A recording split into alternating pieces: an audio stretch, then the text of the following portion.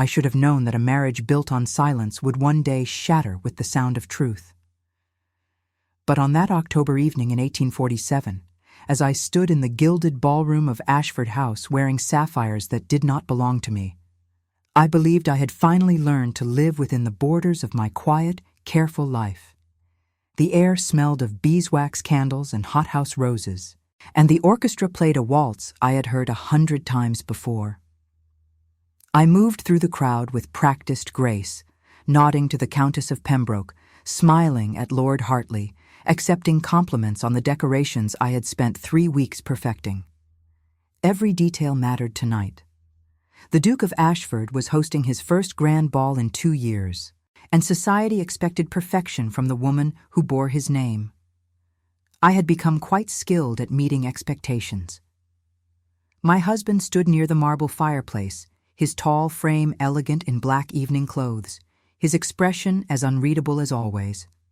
Alexander Ashford, Duke of Ashford, master of 12,000 acres and a fortune that stretched back 6 generations. He spoke with Lord Wickham about Parliament, about trade routes and railway investments, his voice low and measured. He had barely looked at me all evening. This, too, I had learned to expect. We had been married for 2 years, 3 months, and 16 days. Not that I counted, not anymore. I remember the day my father came to me in the garden at Thornfield, our modest country estate in Derbyshire. I was 22 then, reading poetry beneath the apple trees while Margaret practiced her watercolors on the terrace. Father's face was grave, his hands clasped behind his back, in that way he had when delivering difficult news. "Your mother's illness requires expensive treatment," he said. "The creditors are pressing. The Duke of Ashford has made an offer. He needs a wife of respectable family, and we need his protection. It would be a suitable arrangement for everyone." Suitable. That word would come to define my entire existence. I did not love Alexander when I married him. I did not know him well enough to love him. We had met only 4 times before the wedding, always in formal settings with chaperones present, discussing weather and books and nothing that mattered. He was handsome in a remote, aristocratic way, with dark hair silvered at the temples, though he was only 35, and gray eyes that seemed to look through people rather than at them. He was recently returned from 3 years abroad, managing family interests in India, and he needed a duchess to manage his household and stand beside him at social functions. I needed to save my family from ruin. Love was not part of the transaction. Margaret had cried when I told her, not for herself, though she was younger and lovelier and should have married first, but for me. She held my hands in the morning room and said, "Eleanor, you deserve more than this. You deserve someone who will cherish you." But I had smiled and told her not to be foolish, that many marriages began with far less than mutual respect and adequate provision. I did not tell her that sometimes, late at night, I wondered what it might feel like to be wanted rather than needed, desired rather than suitable. The wedding took place in London, a grand affair that satisfied society's appetite for spectacle. I wore my grandmother's lace and carried white roses. Alexander placed a ring on my finger and spoke his vows in a voice that betrayed no emotion. When he kissed me at the altar, his lips were cool and brief against mine. Then we rode to Ashford House in a carriage lined with silk, and I entered my new life as a duchess who would never truly be a wife. The first year passed in a blur of obligations.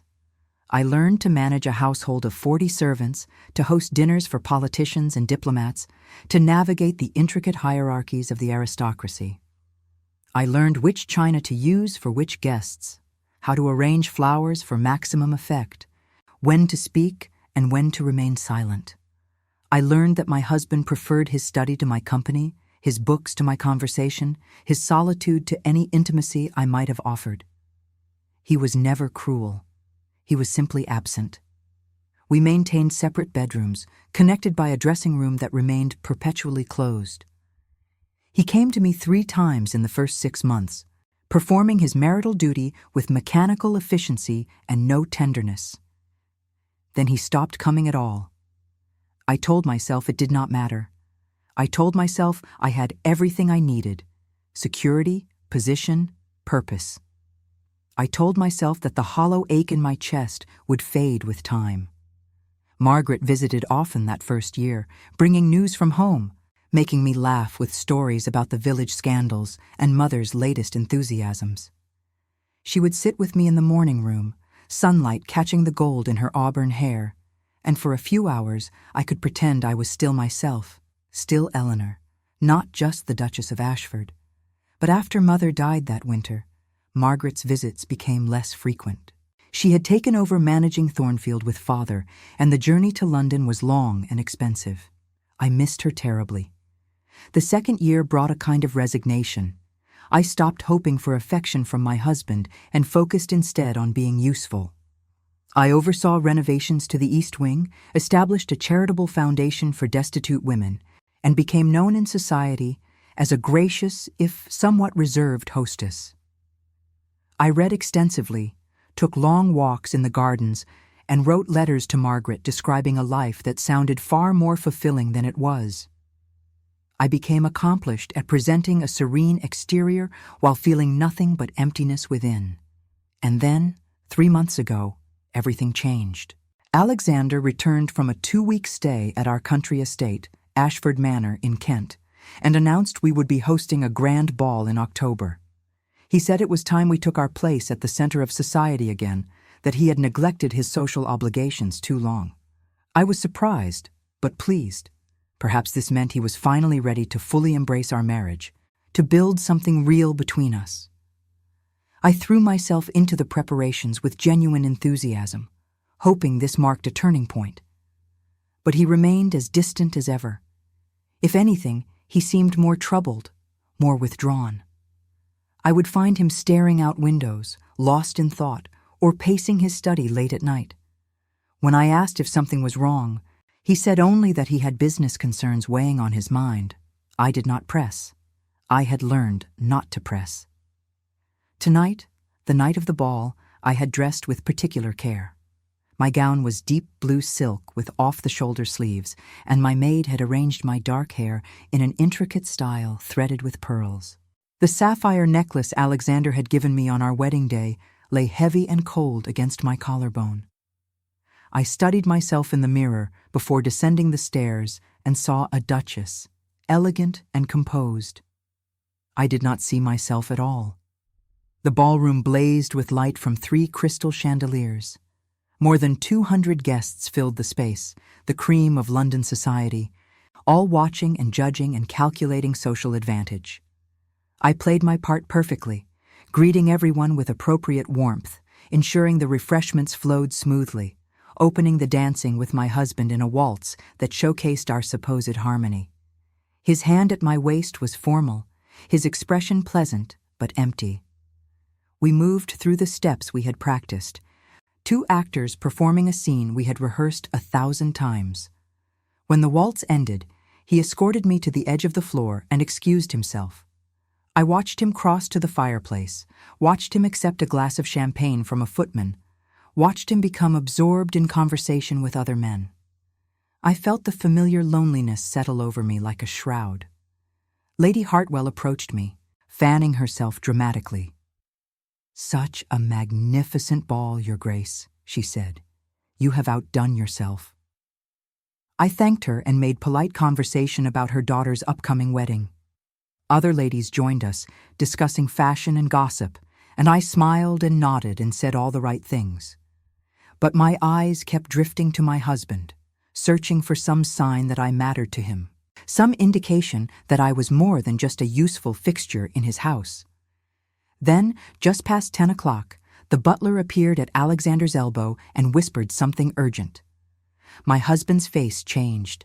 The careful mask slipped for just an instant, revealing something I could not name. Fear, perhaps, or guilt. He set down his glass and strode toward the ballroom entrance with swift purpose. I felt a flutter of unease.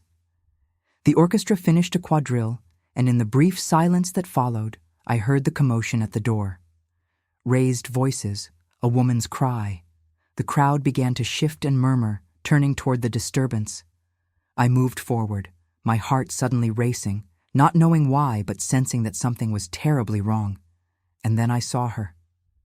Margaret. My sister stood in the entrance to the ballroom, her traveling cloak still fastened at her throat, her hair disheveled from the journey, her eyes wild and desperate.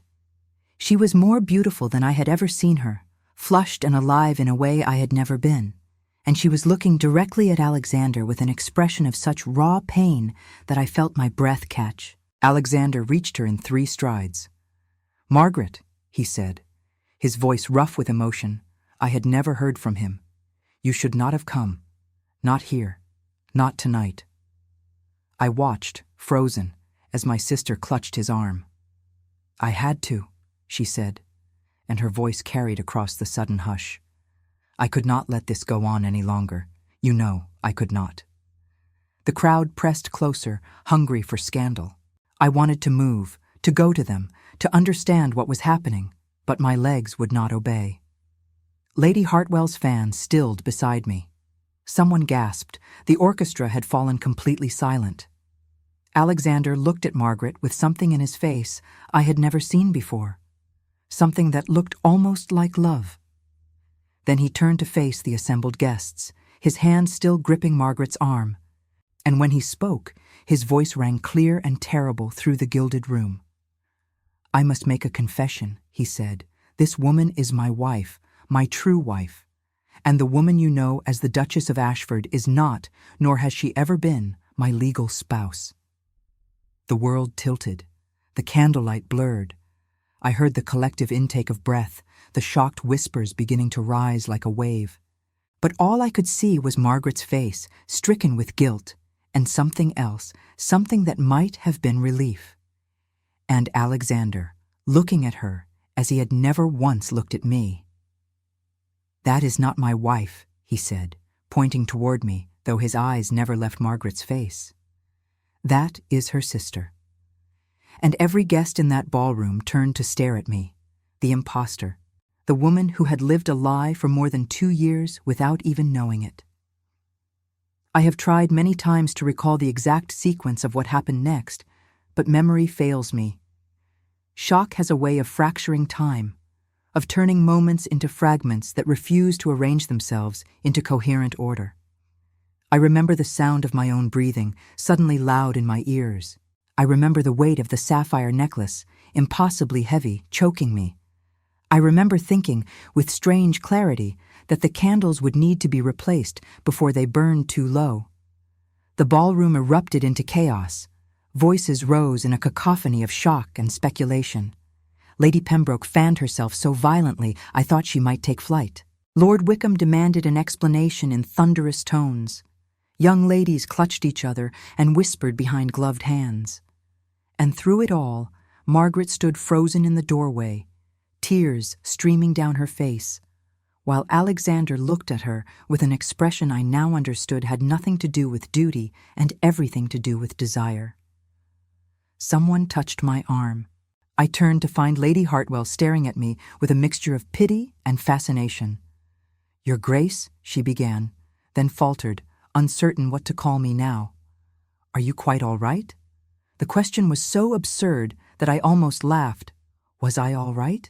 My entire existence had just been revealed as a fiction. My marriage declared invalid before 200 witnesses. My position in society obliterated in a single sentence, and someone was asking if I was all right. I stepped back from her touch, and the crowd parted before me as though I carried plague. Their faces blurred together into a mass of judgment and curiosity. I could feel the scandal taking shape around me, could already hear the stories they would tell tomorrow over tea. The speculation about what I had known and when I had known it, the delicious horror of my humiliation. I forced my eyes to my sister. Margaret met my gaze, and I saw guilt there, yes, but also defiance. Also something that looked terribly like righteousness, as though she believed she had done the right thing by destroying me so publicly. "How long?" I said, and my voice came out steady, though I was shattering inside. "How long have you been his wife?" Alexander answered. "Since June of 1845, 4 months before I married you. The mathematics of betrayal. I calculated quickly, numbly. That meant every day of my marriage had been a lie. Every vow we had exchanged, every social appearance we had made together, every moment I had spent trying to be a good wife to him, all of it had been built on fraud. And Margaret, my beloved sister, had known, had let me live this deception for more than 2 years without saying a word. "You knew," I said to her. "All this time you knew." Margaret's face crumpled. "Eleanor, please, you must understand. I never meant for any of this to happen. I thought I could live with the secret. I thought I could bear it, but I cannot. I cannot watch you play at being his wife when I am the one who belongs at his side. Play at being his wife." The words cut deeper than any knife. Because she was right. I had been playing a part, performing a role, pretending to a position that was never truly mine. But I had not known it was pretend. I had believed in the sanctity of my vows, the legality of my marriage, the permanence of my bond to this man. I had believed I was building something real, however flawed. Now I understood I had been building castles in air.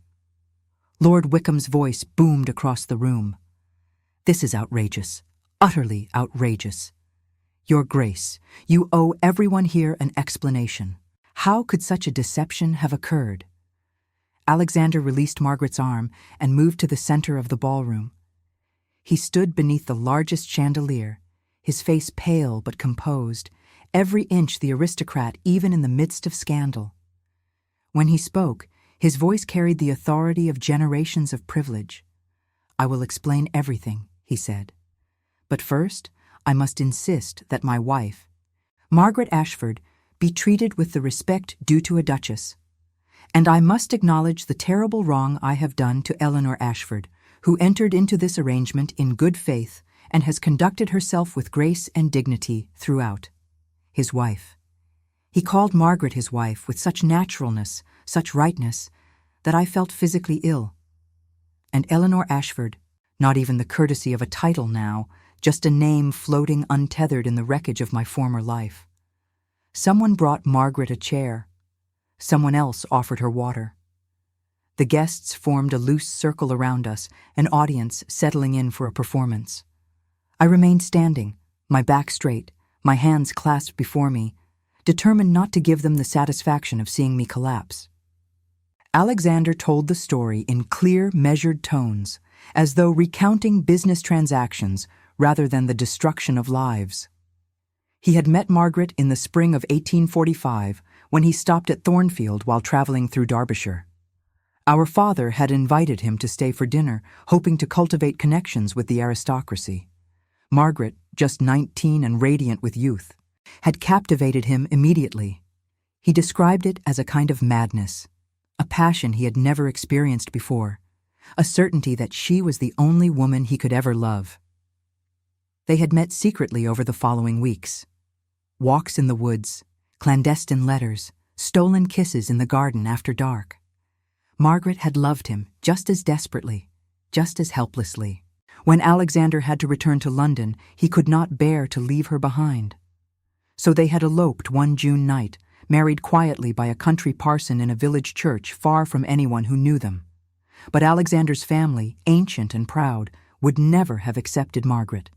She had no fortune, no connections, no social standing beyond country gentility. The scandal of an elopement would have destroyed both families, so they had kept the marriage secret, planning to wait until Alexander had secured his position and could announce it without inviting complete ruin. Then, 3 months later, his mother, the Dowager Duchess, had died unexpectedly. Alexander, overwhelmed by grief and family obligations, had returned to London to settle the estate. While there, my father had approached him with a different proposition. Eleanor, sensible and educated, properly raised, daughter of a family the Ashfords had known for generations, a marriage that would satisfy society and his responsibilities. My father had made it clear that he was desperate, that without such an alliance, Thornfield would be lost and my mother's medical care would become impossible. Alexander, torn between duty and desire, had made a choice. He had told himself he could help my family without destroying Margaret's reputation. He had convinced himself that a legal marriage to me could coexist with his secret bond to her. He had believed he could compartmentalize his life, keeping both women separate and safe. But he had not counted on actually living the lie day after day. He had not counted on the guilt, the wrongness of it, the way deception corroded everything it touched. And he had not counted on Margaret's suffering alone at Thornfield, knowing he was living as husband to her sister. When Margaret's letters became increasingly desperate, when she wrote that she could no longer bear the separation, Alexander had invited her to stay at Ashford Manor 3 months ago. That was when he had decided he could no longer sustain the fiction. That was when he had begun planning this terrible revelation. As Alexander spoke, I watched the faces around me. Some showed sympathy for the lovers torn apart by circumstance. Some showed righteous indignation at the deception. Many showed only the gleeful satisfaction of witnessing a scandal of epic proportions. No one was looking at me as though I mattered, as though my feelings or my future were of any consequence whatsoever. When Alexander finished, the questions began. What about the marriage registry? Had he falsified documents? Was the ceremony with me even performed? Yes, he admitted, he had married me legally, which meant his first marriage, lacking proper documentation and conducted in secret, could be challenged. But morally, spiritually, Margaret was his true wife. He intended to petition for an annulment of the marriage to me and to publicly acknowledge Margaret as the Duchess of Ashford. Lord Wickham shook his head in disgust. This will cause an enormous scandal, Your Grace. The ramifications for both families, for society itself, they are incalculable. Alexander lifted his chin. I am prepared to face the consequences of my actions, but I will not continue living a lie. Margaret is my wife in every way that matters. Eleanor deserves to be free to find a real marriage, not this hollow arrangement. How noble of him, I thought distantly, to give me permission to find happiness after destroying any chance I might have had at it. What man would want me now? The woman who had been publicly revealed as a fraud, who had lived in sin with a man who belonged to her own sister, who had been so naive she had not even known her marriage was invalid. Margaret rose from her chair. Her voice, when she spoke, was soft but clear. Eleanor, please believe me. I never wanted to hurt you. I tried to stay away. I tried to let you have your life with him. But I love him. I have always loved him, and I cannot pretend anymore that you have a right to him when I am his true wife. Her true wife. The words were weapons, each one precisely aimed. I looked at my sister, this woman I had loved since the day she was born, who I had protected and cherished and sacrificed for, and I realized I did not know her at all.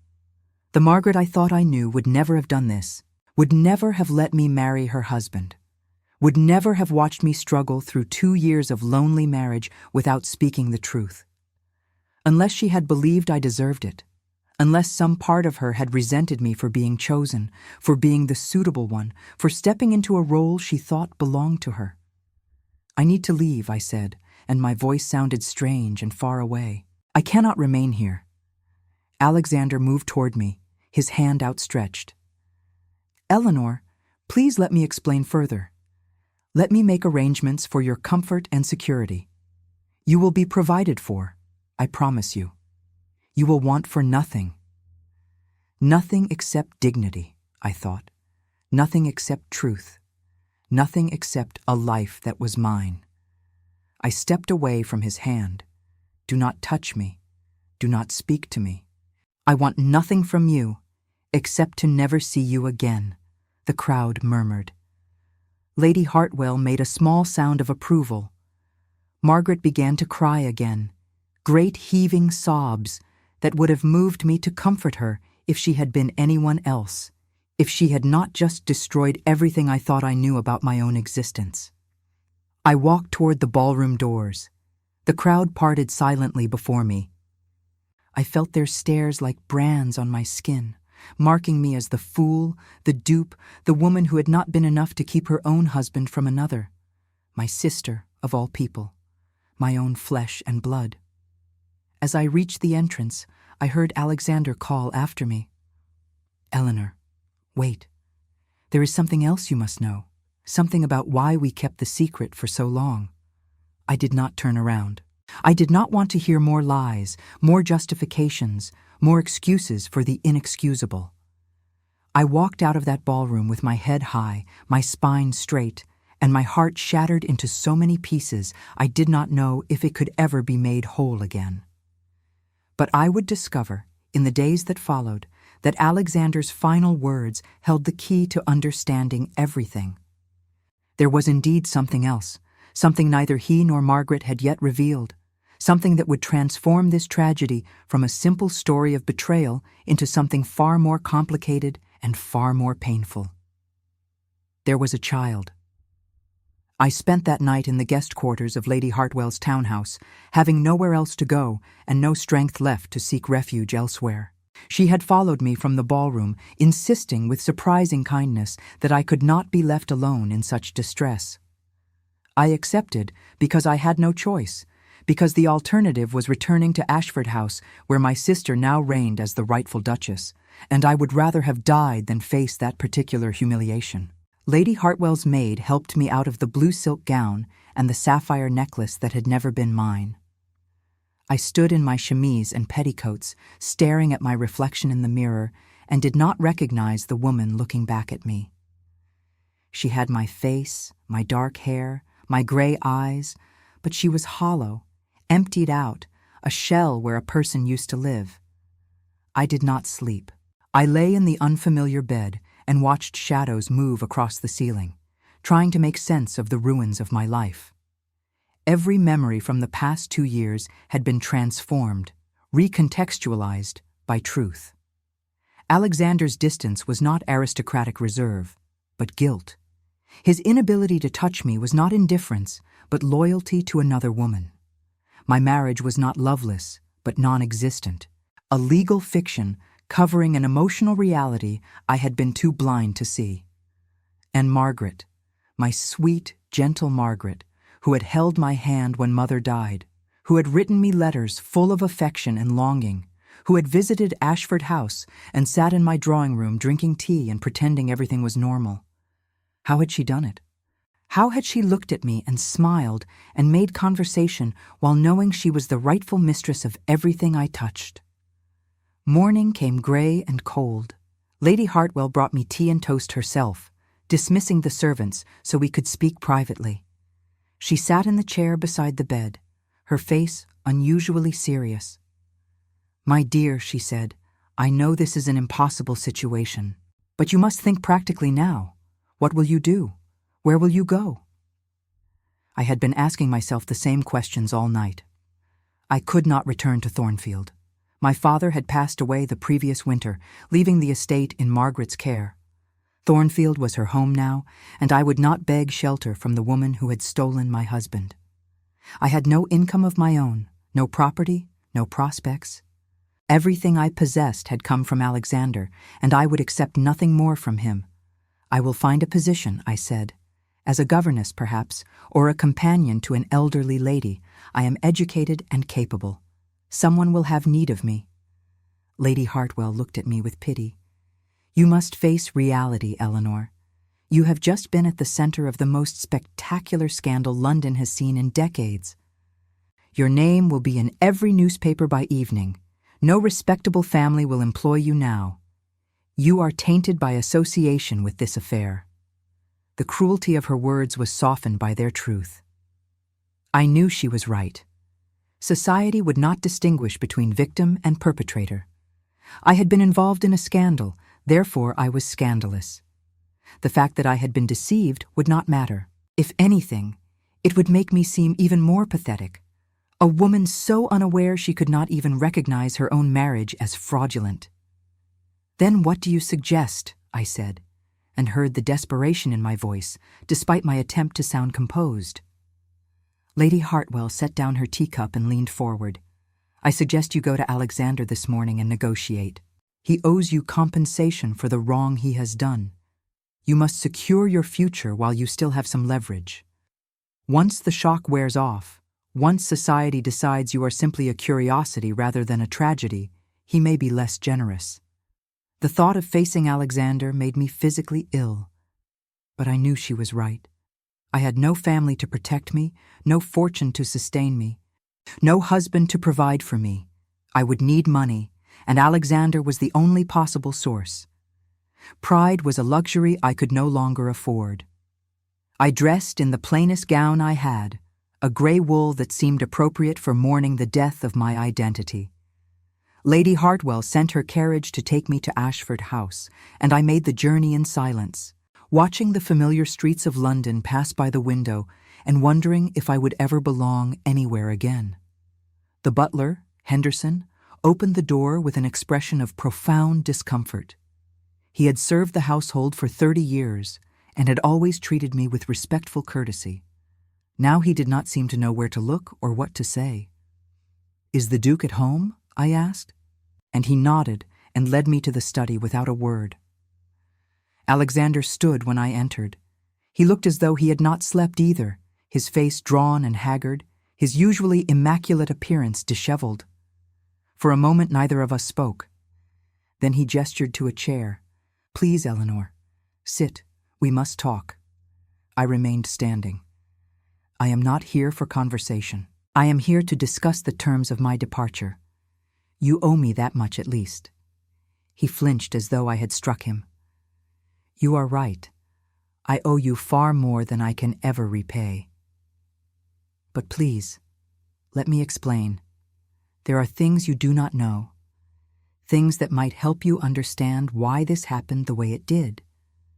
Nothing you can say will make this better," I told him. "Nothing will change the fact that you married me, knowing you belonged to another. That you let me believe in something that was never real. That you destroyed my life to preserve your own comfort." Alexander moved to the window, his back to me. "I know I have no right to ask for your understanding. But there is a child, Eleanor, a son. Margaret gave birth to him 14 months ago, at Ashford Manor. That was the real reason I could not continue the deception. Not just for Margaret's sake, but for the boy's. He deserves to know his father. He deserves his rightful place as my heir." The room seemed to tilt. A child. Of course there was a child. The pieces fell into place with sickening clarity. That was why Alexander had seemed so troubled these past months, why Margaret's letters had become desperate, why the secret could no longer be maintained. There was an innocent life caught in the web of their deception, a baby boy who had been born into a lie. "Where is he now?" I asked, and my voice came out barely above a whisper. "At Ashford Manor with his nurse. Margaret wanted to bring him to London to acknowledge him publicly, but I insisted he remain in the country until this matter was settled. He is called Thomas. He has Margaret's eyes and her smile. He is the most beautiful thing I have ever seen." The pain in his voice was genuine. This, at least, was real. Alexander loved his son, loved Margaret, loved the life they had created together while I had been playing house in London, pretending to a marriage that existed only on paper. I sank into the chair after all, my legs suddenly unable to support me. So all of this, the marriage to me, the lies, the deception, it was to hide the fact that you had a child out of wedlock. "Not out of wedlock," Alexander said sharply. "Margaret and I were married when Thomas was conceived. But yes, we feared the scandal if the truth came out. I thought I could protect all of you by maintaining 2 separate lives. I see now how arrogant and foolish that was. I see now that I have caused suffering far beyond what I imagined possible." He turned to face me, and I saw something in his expression that might have been genuine remorse. "Eleanor, I know you will never forgive me. I do not deserve your forgiveness. But I want you to know that you have been everything admirable and good. You have managed my household with skill and grace. You have been kind to my servants, generous to those less fortunate, elegant and dignified in society. The failure of our marriage is entirely my fault, not yours. You deserve so much better than what I have given you." His praise felt like mockery. What good was admiration when it came wrapped in betrayal? What value had dignity when it was built on lies? "I need money," I said flatly. "Enough to live independently, to establish myself somewhere far from London. I will not contest the annulment. I will cooperate with whatever legal proceedings are necessary. But in exchange, I want financial security for the rest of my life." Alexander nodded immediately. "Of course. I have already instructed my solicitor to draw up a settlement. You will have £5,000 a year, paid quarterly. You will have the use of Rosewood Cottage in the Cotswolds, a small property that belongs to the estate.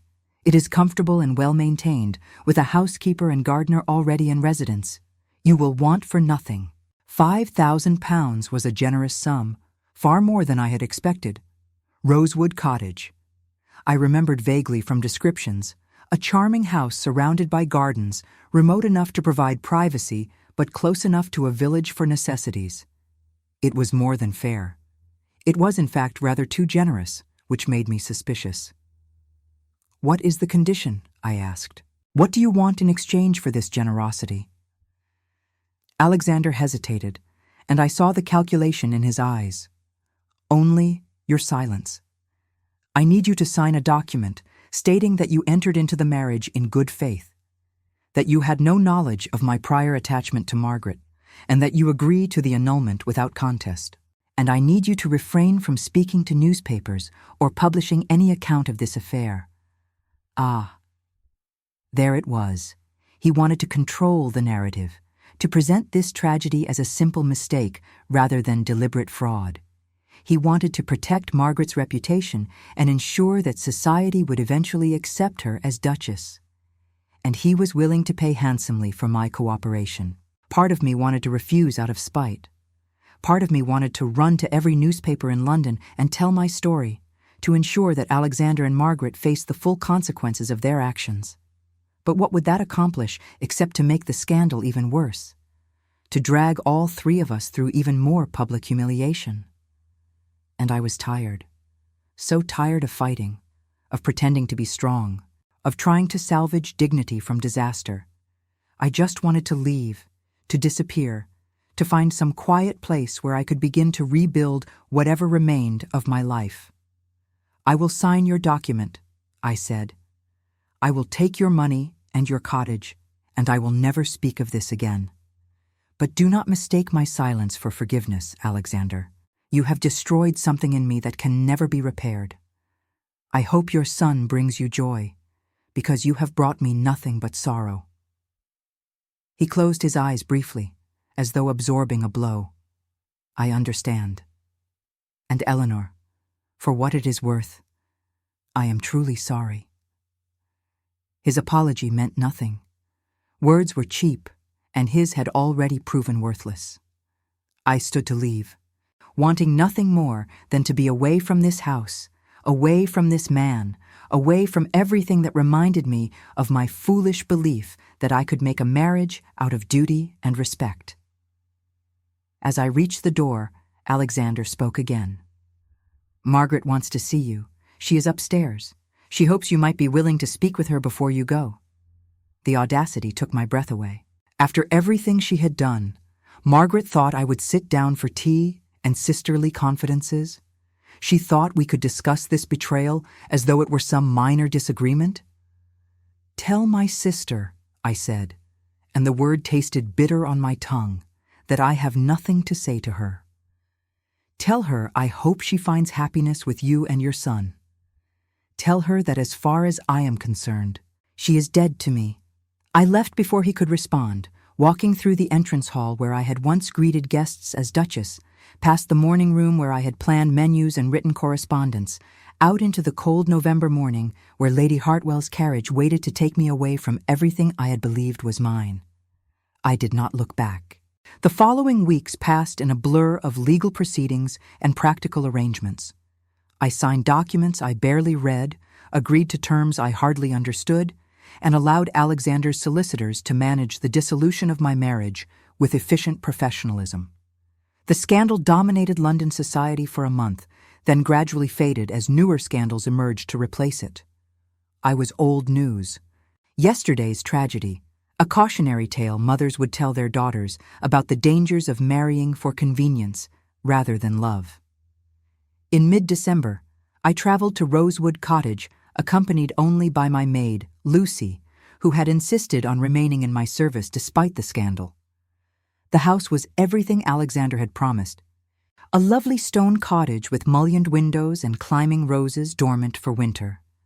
The housekeeper, Mrs. Davies, welcomed me warmly and showed me to rooms that smelled of beeswax and lavender. That first night in my new home, I sat by the fire in the small drawing room and let myself cry for the first time since the night of the ball. I cried for the woman I had been, so naive and hopeful. I cried for the marriage that had never existed. I cried for my lost sister, for the bond that had been severed beyond repair. And I cried for the future I had imagined, the children I would never have, the love I would never know.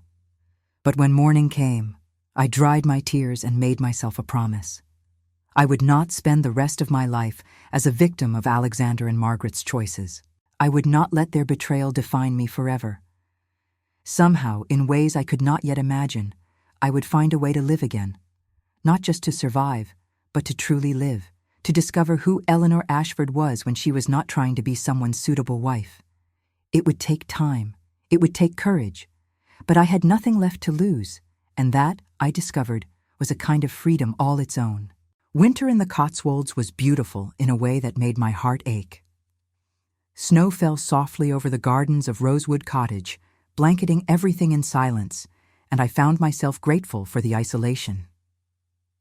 The village of Ashworth-on-Hill lay 2 miles distant, close enough for necessities but far enough that I rarely encountered anyone who might recognize my name or my story.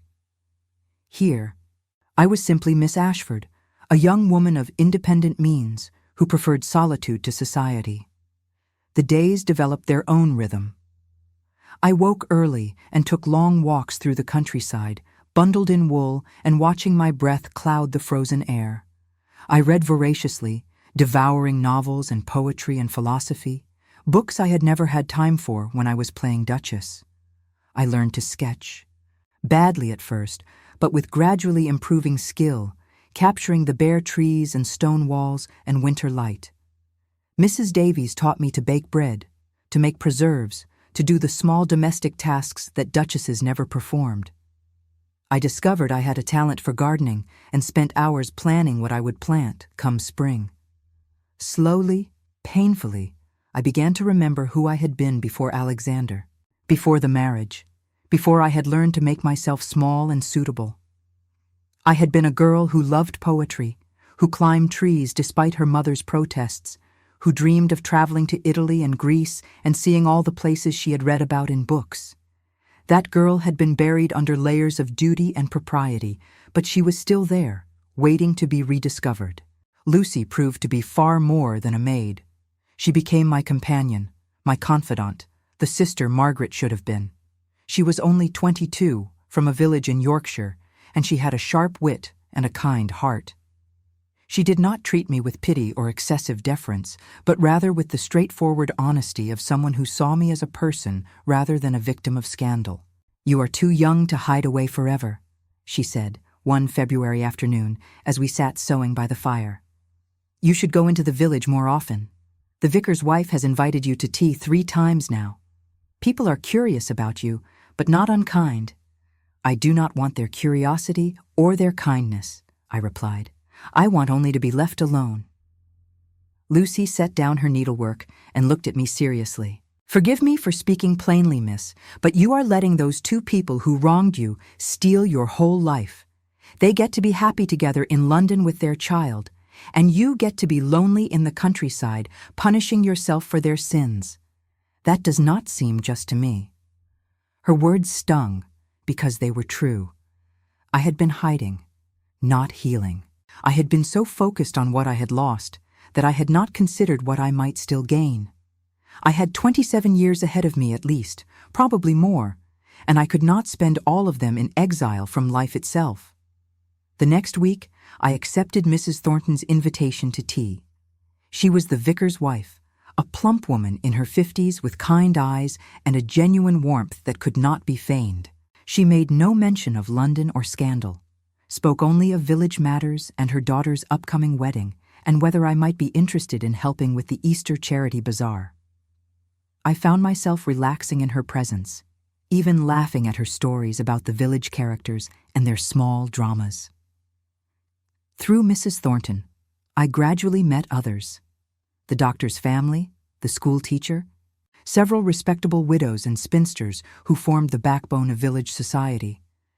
They accepted me with surprising ease, perhaps because I made no claims to grandeur, perhaps because the Cotswolds were far enough from London that my scandal had reached them only as distant gossip, or perhaps they simply saw me as I wished to be seen, a woman alone, making her way in the world, deserving of basic human kindness. Spring came, and with it a kind of rebirth. I planted roses and lavender, vegetables and herbs, transforming the cottage gardens into something wild and beautiful. I volunteered at the village school, teaching reading to the younger children and discovering I had a gift for making stories come alive. I joined the church choir, my voice rusty at first, but growing stronger with practice.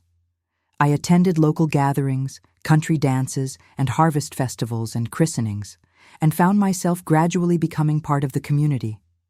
I did not forget what had been done to me. The wound was still there, a permanent scar on my heart. But it was no longer bleeding. I no longer woke in the night gasping with the pain of betrayal. I no longer spent hours replaying that terrible scene in the ballroom.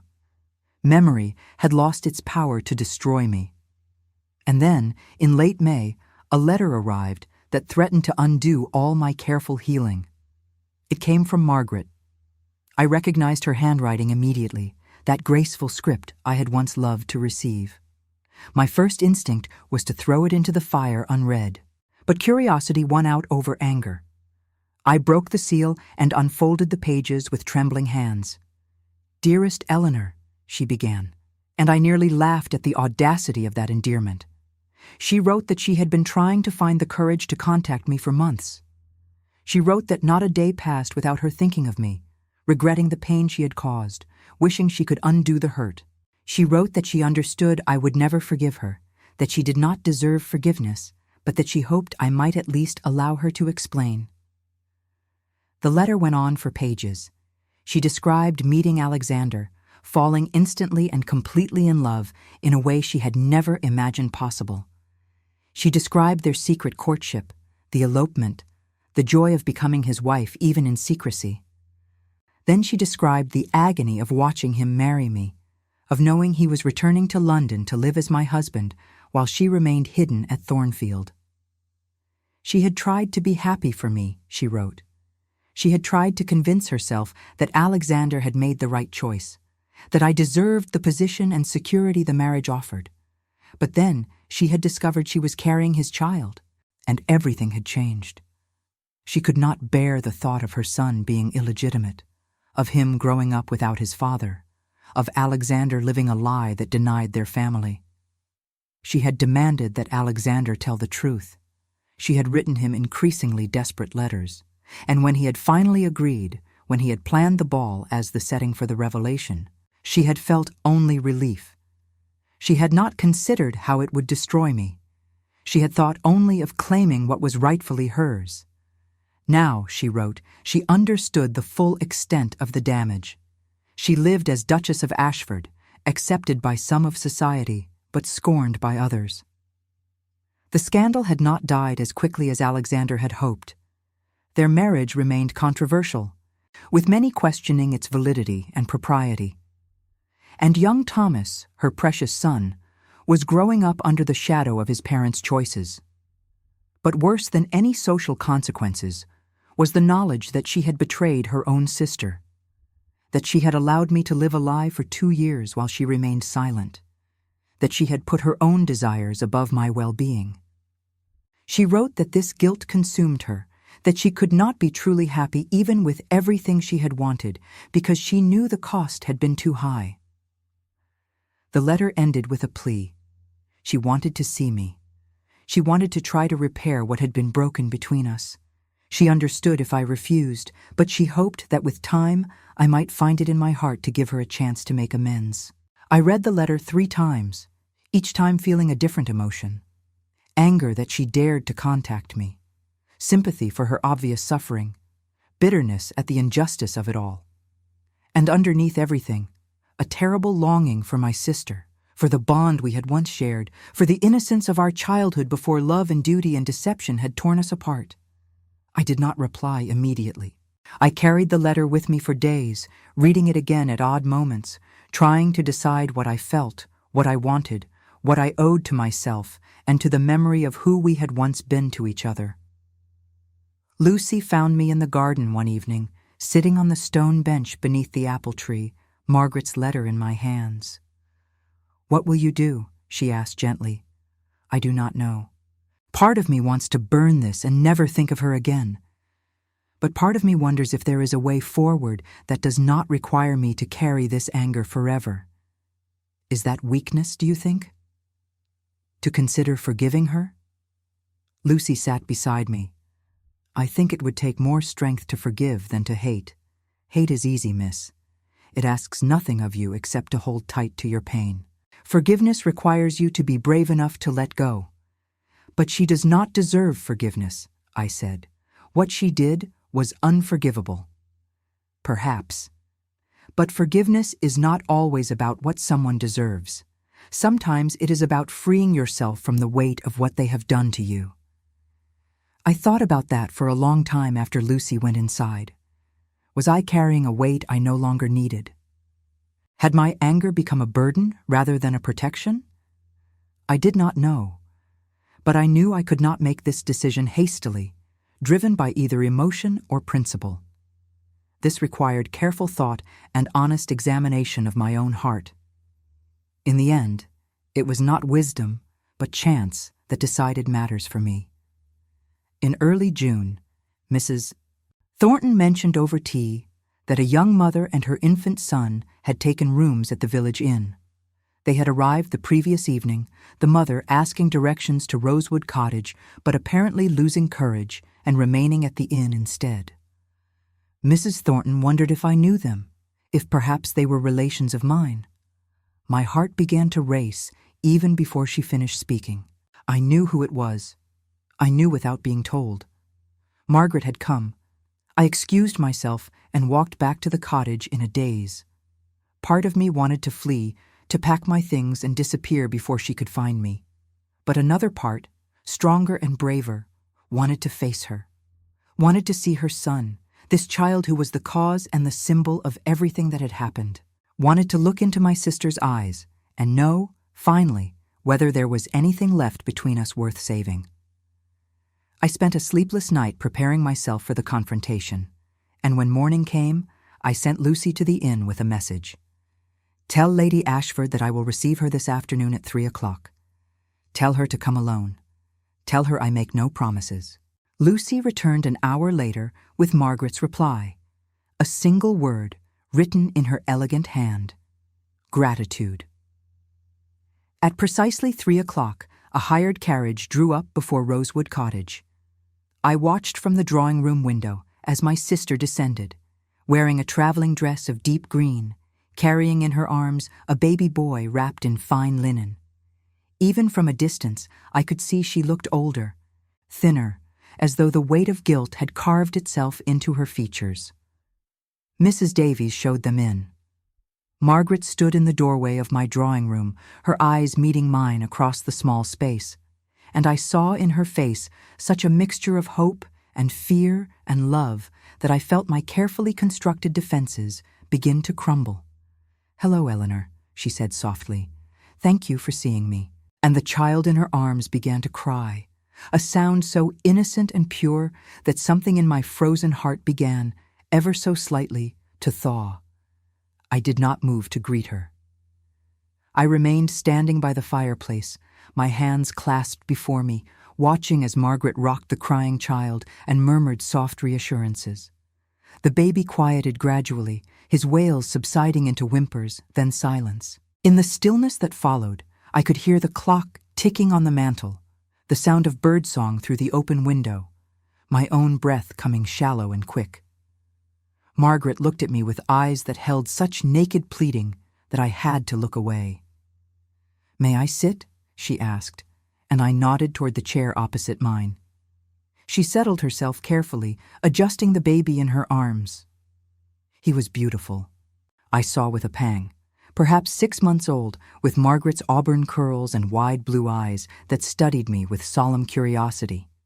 He had the Ashford features too, the aristocratic bones that would make him handsome as he grew. This child, innocent of all wrongdoing, was the living proof of his parents' betrayal and their love. "His name is Thomas," Margaret said softly, following my gaze. "Thomas Alexander Ashford. He will be Marquis of Pemberton until he inherits the dukedom." She paused, then added, "He is your nephew, Eleanor. Whatever has passed between us, that at least is true." Her words struck me with unexpected force. My nephew, a blood relation, family, connected to me by ties that predated the lies and the pain. I had not considered this before, had not thought beyond the scandal to the reality of kinship. "May I hold him?" I heard myself ask, and was surprised by my own words. Margaret's face transformed with relief and hope. She rose and crossed to me, placing the warm weight of the child carefully in my arms. Thomas regarded me with those serious blue eyes, then reached up with one small hand to grasp at the ribbon on my dress. His fingers were tiny, perfect, impossibly delicate. "Hello, Thomas," I whispered, and felt something shift inside me. Some of the anger that had been lodged like a stone in my chest began to dissolve. This child had done nothing wrong. He deserved no enmity from me, no punishment for the circumstances of his birth. Whatever I felt about his parents, he was innocent. Margaret returned to her chair, watching us with an expression I could not quite read. "He likes you," she said. "He does not usually go so easily to strangers." "I am not a stranger," I replied. "I am his aunt." And then, more quietly, "Though I suppose I am stranger to you now. We have become people neither of us knew 2 years ago." Margaret's eyes filled with tears. "Eleanor, I know my letter was inadequate. Words cannot express how deeply I regret what I have done to you. But I need you to understand that I did love Alexander truly, desperately, from the moment I met him. It was not some calculated seduction or deliberate betrayal. It was as though I had no choice, as though we were drawn together by something beyond our control. Love does not excuse cruelty," I said. "And make no mistake, Margaret, what you did was cruel. You watched me prepare for my wedding. You helped me pack for London. You visited me in that house and drank tea with me and never said a word. Not once did you try to stop me from living a lie." She flinched as though struck. "You are right. I told myself I was protecting you, that knowing would only hurt you more. But the truth is, I was protecting myself. I was afraid that if I told you, you would hate me. I was afraid of losing you, so I lost you anyway through my own cowardice." Thomas began to fuss, and I rocked him gently, finding the motion came naturally despite my inexperience. "How did it happen?" I asked. "How did Alexander convince you to keep silent while he married me?" Margaret wiped her eyes with a handkerchief trimmed in lace. "He told me it was the only way to save your family without destroying mine. Father had made it clear that Thornfield was on the brink of collapse, that Mother's medical expenses were overwhelming, that without a substantial alliance, we would lose everything. Alexander said that marrying you would solve all these problems without creating a scandal that would ruin me. He promised it would be a marriage in name only, that he would never truly be your husband. He said we would wait a few years until society had accepted the arrangement, then quietly dissolve it and acknowledge our true marriage. And you believed him," I said. "You believed he could maintain 2 wives indefinitely without consequence." She shook her head. "I did not believe it would last forever. But I thought perhaps for a year or 2 until we found another solution. And then I discovered I was carrying Thomas, and everything changed. I could not let my son be illegitimate. I could not watch him denied his birthright while Alexander played husband to my sister. I gave him an ultimatum: tell the truth by the end of the year, or I would tell it myself. So the ball was his choice of venue, I said bitterly. His grand, dramatic gesture to control the narrative. He thought it would be better to announce it publicly than to let rumors spread. He thought if he claimed responsibility completely, society would blame him rather than us. She paused, then added quietly, he was wrong. Society blames us all equally, though you least of all.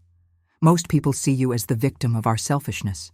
I handed Thomas back to her, suddenly needing distance. I do not want to be seen as a victim. I do not want pity or sympathy or society's judgment.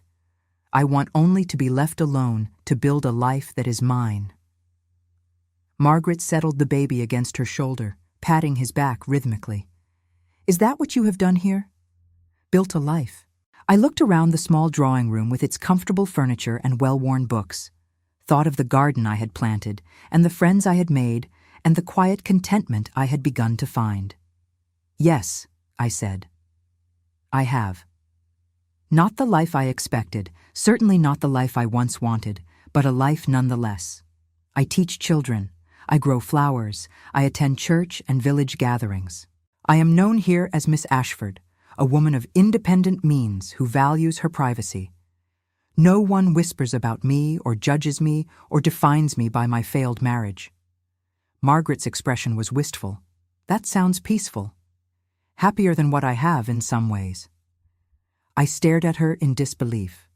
You cannot mean that. You have everything. A husband who loves you, a beautiful son, wealth and position and security. You have exactly what you wanted. But she shook her head. I have a husband haunted by guilt, who cannot look at me without remembering what we did to you. I have a son, whose birth is whispered about in every drawing room in London. I have a title that half of society refuses to acknowledge as legitimate. And I have lost my sister, which is a grief that makes all the rest feel hollow and meaningless. The sincerity in her voice was undeniable. I wanted to dismiss it, to tell her she had made her choices and must live with the consequences. But I found I could not be that harsh, not with her sitting before me, holding her child, looking so much older and sadder than the girl I remembered. Why did you come here, Margaret? I asked wearily. What do you hope to accomplish with this visit? She looked at me directly, her blue eyes clear and determined. I came to tell you the truth about everything, not just the parts that make me look better. I came to let you ask any questions you need answered, and I came to ask, not for forgiveness because I know I do not deserve it, but for understanding. I want you to know that destroying you was never my intention, even though that was the result. I want you to know that I loved you before I loved him, and I love you still, though I have forfeited any right to your love in return. Thomas began to cry again, more insistently this time. Margaret opened a small case and removed a bottle of milk, which she offered to him with practiced ease. I watched her tend to her son with obvious devotion and skill, and saw in her gestures the woman she had become. Not the carefree girl who had painted watercolors at Thornfield, but a mother, a duchess, a person who had chosen her path and now must walk it regardless of the cost. Ask me anything, she said as Thomas nursed contentedly. I will answer with complete honesty. No more lies, Eleanor. No more secrets. And so I asked. I asked about the night they eloped, the secret marriage ceremony, the early days of their hidden union. I asked about the pregnancy, the birth, the months of caring for Thomas while keeping him concealed from the world. I asked about her visits to Ashford House, how she had managed to look at me and smile while knowing what she knew. I asked about Alexander, whether he had ever spoken of me, whether he had felt any genuine affection or only obligation. Margaret answered everything. She did not try to soften the truth or paint herself in a better light. She described the selfishness of young love, the intoxication of believing that passion justified any deception. She described the slow erosion of that certainty as the months passed and the weight of the lie grew heavier. She described Alexander's increasing anguish, his drinking, his inability to touch me, because it felt like adultery despite the legal marriage. She described her own growing desperation, the way motherhood had transformed her priorities and made the secret unbearable. "He did care for you," she said at one point. "Not as he cared for me, but genuinely nonetheless. He admired your intelligence and grace. He felt tremendous guilt over what he was doing to you. If he had not loved me so completely, I think he might have eventually come to love you properly. You deserved that chance, and I took it from you." Her admission should have brought satisfaction. Instead, I felt only sadness. Sadness for all three of us, trapped in a situation none of us had fully chosen, making impossible decisions with inadequate information and too much fear. The afternoon wore on. Thomas fell asleep in his mother's arms, his small face peaceful and trusting. Margaret and I talked until the shadows grew long, and Mrs. Davies brought tea and biscuits, her expression carefully neutral despite her obvious curiosity about my visitor. When the clock struck 6, Margaret rose reluctantly. "I should return to the inn. Thomas will need his supper, and I have taken enough of your time." I walked her to the door, feeling strangely reluctant to see her leave, despite everything. At the threshold, she turned to me one last time. "I do not expect you to welcome me back into your life, Eleanor. I do not expect letters or visits or any continuation of what we once had. But I hope that someday, perhaps years from now, you might think of me without pain. That you might remember the good years before all this happened, before Alexander and scandal and betrayal. I hope you might remember that I loved you first, and that even in my worst moments, some part of me always loved you still." I felt tears prick my eyes for the first time since she had arrived. "I cannot promise anything, Margaret. I cannot promise forgiveness or reconciliation or even basic civility. But I can promise this: I will not forget you. For better or worse, you are part of me, part of my story. And Thomas is innocent of all this. If you write to me about him, about his growth and his milestones, I will read your letters. I will not reply, but I will read them. He deserves to know his aunt, even if only through words on paper." Margaret's face crumpled with emotion. She reached out as though to embrace me, then stopped herself. "Thank you," she whispered. "Thank you for that mercy at least." I watched her carriage disappear down the lane, carrying my sister and nephew back to lives I was no longer part of. Then I closed the door and returned to my small drawing room, where the tea had grown cold and the fire needed tending. Lucy found me there an hour later, staring into the flames. She sat beside me without speaking, offering the comfort of presence without demanding words. Eventually, I told her everything that had been said, all the confessions and explanations and inadequate apologies. "How do you feel?" Lucy asked when I finished. I thought about it carefully. "I feel sad," I said finally. "Sad for what was lost, sad for what could never be recovered. But I also feel lighter somehow, as though I have been carrying a question without knowing it, and now I have an answer. She was wrong to do what she did, but she is also human, flawed and frightened and trying to make impossible choices. I can acknowledge both truths at once." "Does that mean you forgive her?" Lucy asked. I shook my head. "Not yet. Perhaps not ever. But I am no longer consumed by anger. I no longer spend my days rehearsing my grievances or imagining confrontations. That is not forgiveness, but it is something. It is enough for now." The weeks that followed brought an unexpected peace. Margaret did write, as I had given her permission to do, sending brief letters describing Thomas's progress. His first tooth, his attempts to crawl, the way he laughed at the dogs. I read these letters carefully, allowed myself to feel affection for the child, and filed them away without responding. It was a small connection, barely substantial, but it was all I could offer. Summer deepened into autumn. I harvested vegetables from my garden, preserved fruit for winter, and continued my teaching at the village school. The doctor's eldest son, a widower named James Cartwright, began calling with increasing frequency. He was kind and intelligent, a solicitor who had returned to the village to care for his aging father, and he made no secret of his admiration for me. I was careful not to encourage him too much, not yet ready for courtship or the complications of attachment. But I appreciated his company and allowed myself to imagine sometimes that there might be room in my life for companionship, if not romance. On a gray October afternoon, exactly 1 year after the ball that had destroyed my old life, I received an unexpected letter. It was from Alexander. The handwriting alone made my stomach tighten, but I opened it nonetheless. Inside was a brief note and a legal document. The annulment had been finalized. Our marriage was officially dissolved, erased from record as though it had never existed. I was no longer Eleanor Ashford in any legal sense, simply Eleanor, a woman with no husband and no title and no obligation to anyone but herself. Alexander's note was equally brief. He hoped I was well. He hoped I had found peace. He wanted me to know that he thought of me often with regret and respect. The quarterly payments would continue as agreed, and if I ever needed anything, I had only to write. I read the letter once, then folded it carefully and placed it in the drawer with Margaret's correspondence.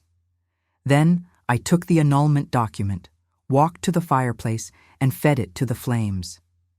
I did not need a piece of paper to tell me who I was or was not. I already knew. That evening, I sat at my desk and began to write. Not a letter, but something else entirely. A story, perhaps, or a memoir, I was not yet certain. But I wrote about a girl who became a duchess and then discovered she was neither girl nor duchess, but something else entirely, something more difficult to name, but infinitely more real. I wrote about betrayal and survival and the slow, painful process of becoming whole after being shattered. I wrote until my hand cramped and the candles burned low, and when I finally stopped, I felt something I had not felt in years. I felt free. The next morning, I woke to sunlight streaming through my window and birdsong in the garden. I dressed and took my usual walk through the countryside, greeting the farmers I passed, and stopping to admire the autumn colors painting the trees. On my way back to the cottage, I met James Cartwright on the lane, and when he asked if I might join him for tea that afternoon, I said yes. It was a small thing, that yes, a single word, an acceptance of a simple invitation. But it felt significant nonetheless. It felt like a beginning. I did not know what the future held. I did not know if I would ever marry again, ever trust again, ever open my heart fully to another person. I did not know if Margaret and I would ever rebuild what had been broken, or if Thomas would grow up knowing me beyond letters and distant memory. I did not know if Alexander would find the happiness he had sacrificed so much to pursue, or if he would spend his life haunted by the woman he had wronged. But I knew this. I had survived. I had been broken, and I had healed. Not completely, but enough. I had lost a marriage that was never real and found a life that was entirely my own. I had learned that dignity was not something bestowed by a title or a husband, but something I carried within myself, indestructible and entirely mine. I was Eleanor Ashford, no longer duchess, no longer wife, no longer the suitable daughter who sacrificed everything for family duty. I was simply Eleanor, a woman who taught children and grew roses and was learning, day by day, to be enough just as she was. And that, I discovered, was not a small thing at all.